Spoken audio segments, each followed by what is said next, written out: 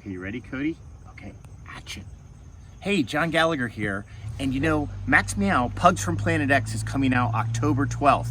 Well, I have a box here from Penguin Random House, and they are usually send me some preview copies. So we're gonna just check here and see if this is exactly what I think it is. Oh, I'm so excited. Okay, let's check this out. Some packaging there, and ooh, look at this. Oh, cool. It's even got like the varnish, Max Meow, and the character is all shiny. What do you think, Cody? He's watching a rabbit. You know, oh, and this is different. For the first time, they've got all these cool quotes about Max Meow. They didn't have this when the first books came out because not many people had read the books yet.